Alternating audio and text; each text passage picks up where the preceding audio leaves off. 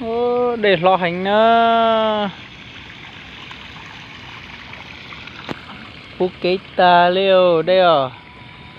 Nằm mòn trên nào là lo hành đi. Thật kia nè chị. Đây phú kế ta đây đó.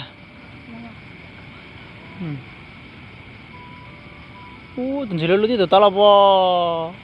Tụi lúc đi tụi yếm ngang tao bò.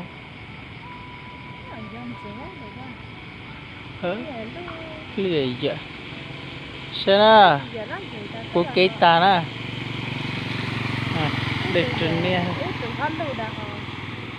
Có tao nói tay. Mua là bên gia tớ với cái máy tay. Chẳng chẳng mua nó. Ấy, chắc chắn mua này. Chúng ta giờ khá là sẽ năng được chỉ cần đây là lên dân xa là chuyển xuống chuyển xíu. Mà.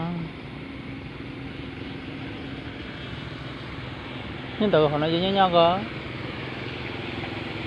Xem nè. Để phụ cái tàn cho lì á.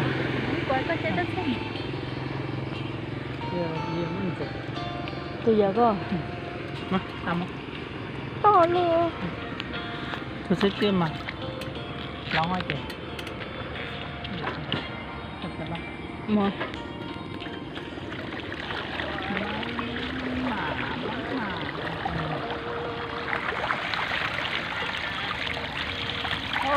Cái đều nhá, cái nó mòn dữ chứ nó.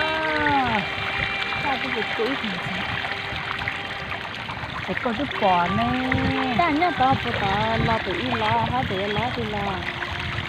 Chứ là lo này cái tên nó lo lắm mà. Mình chứ là tên nó lo lắm à.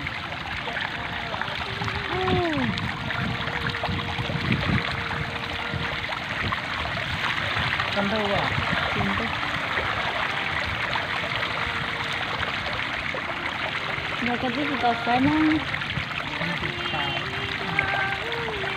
Năm nay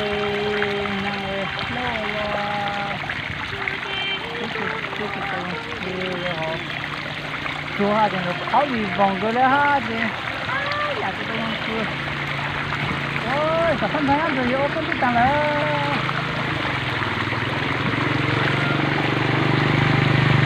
Mình cứ dừng xem đấy kìa.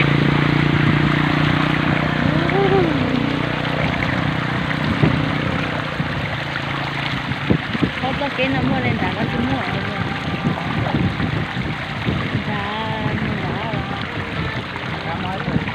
Chúng nó để không có chết chết ở đây đây nữa. Cái tàu tiền mà. Đây đủ từ đủ lên tàu luôn ấy nhỉ. Từ bảo của.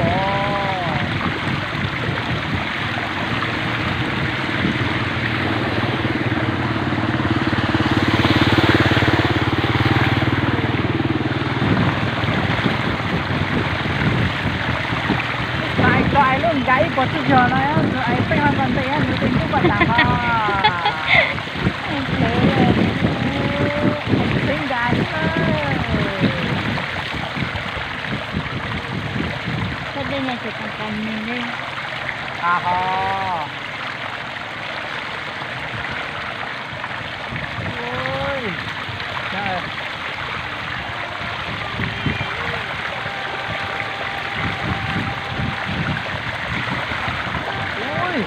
To gì à.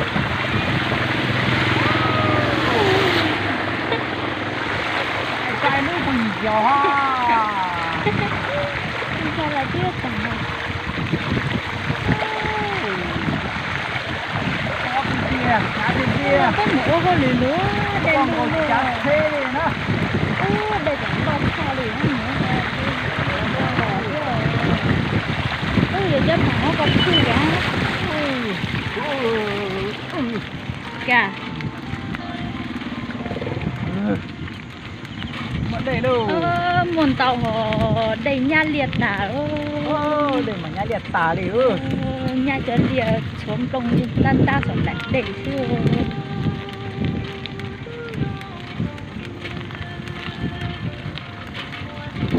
Cho nó là dây là xịt cho nó nhát hành đuôi ở tàu gọi rồi. Ta cho nó đây lo đua cả.